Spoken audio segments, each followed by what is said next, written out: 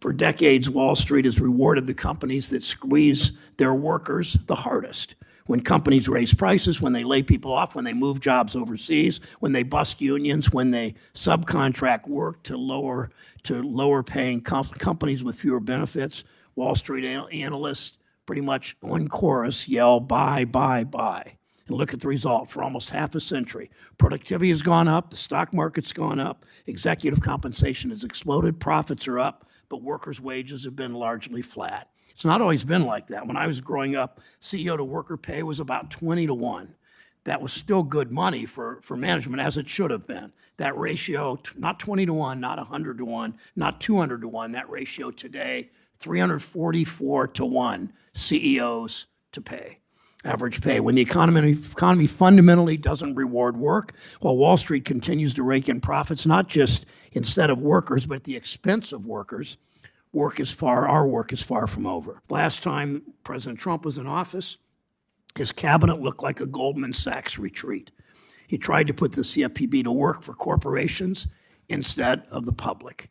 And from what we've seen from his nominees, corporate special interests won't just have a seat at the table this time around. They'll be given free rein and encouraged to rip off workers and consumers. He's opening up our government to the highest corporate bidders, embodied in billionaire after billionaire after billionaire he's nominated.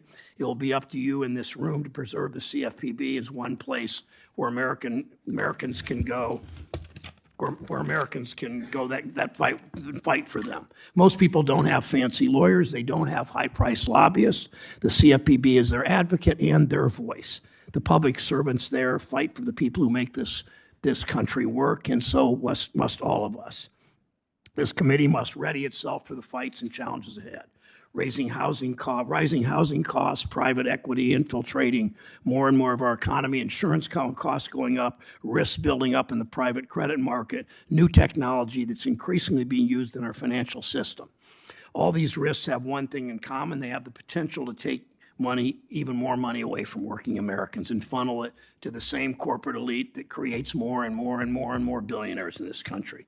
Those guys have enough advocates in this town. When I joined this committee in 2007, my first month in the Senate, it had a reputation of a bit of a sleepy committee. Much of Washington seemed to have reached a consensus that Wall Street ought to be left largely to its own devices, that big banks knew best, that this committee was really referred to as the Wall Street Committee, suggesting almost ownership.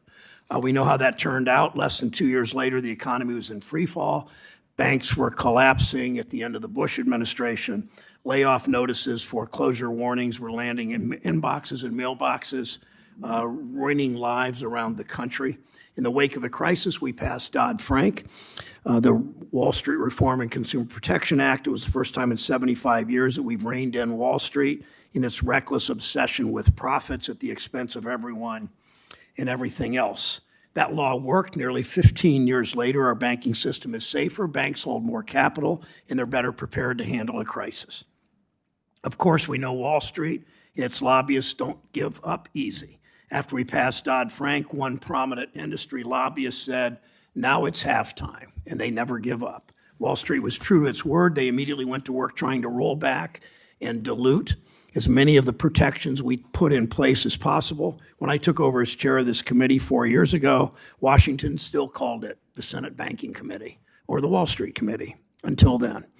Still pretty much a committee dedicated to protecting Wall Street and the financial industry and fulfilling their lobbyist wish lists, and particularly tearing down safeguards that protect Americans' money and that protect taxpayers from ever having to bail out Wall Street again. We changed that. We put the focus on the committee back where it should be, the people who make this country work. The stock market doesn't drive the economy, workers do. And on the Senate Banking, Housing, Urban Affairs Committee, we made it our mission to serve them.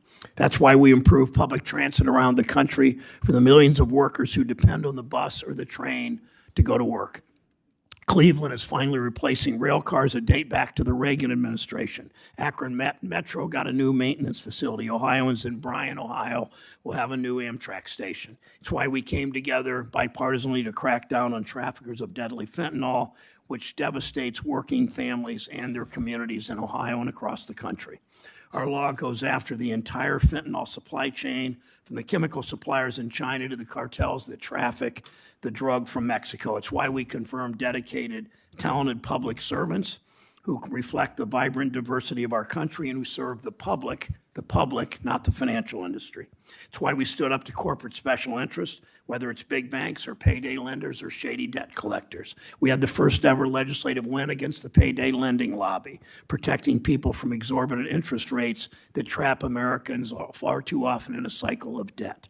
We successfully pushed to remove medical debt from people's credit reports, saving them money and protecting them from higher interest rates. Again and again, we stopped corporate interests that tried to prevent the CFPB, Director Chopra's bureau, from protecting the public.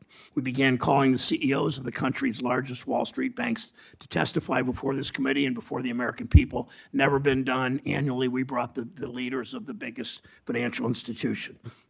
They hold tremendous power over our economy and over people's lives. Too often that power isn't used wisely. As important as and effective as Wall Street reform was, surely it was incomplete. We still have an economy where hard work doesn't pay off like it should. Some of the most crucial work happening today to hold corporate special interests accountable and level the playing field for the rest of America is at the Consumer Financial Protection Bureau.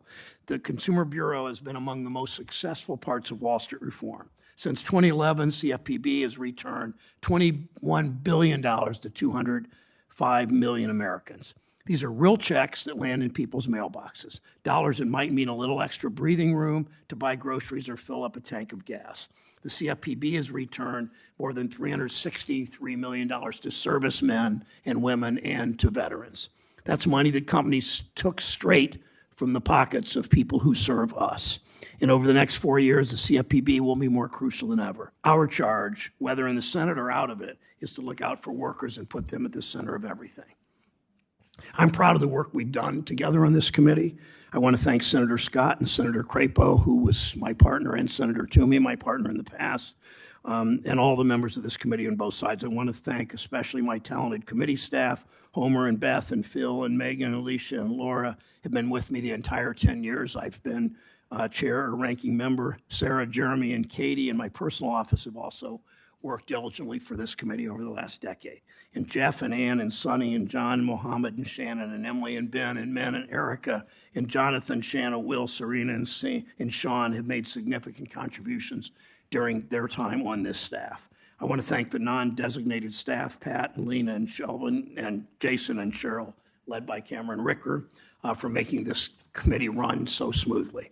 I trust Senator Warren to carry on our mission of standing up for working Americans, standing up to corporate interests that hold far too much influence in this town and are about to hold a lot more.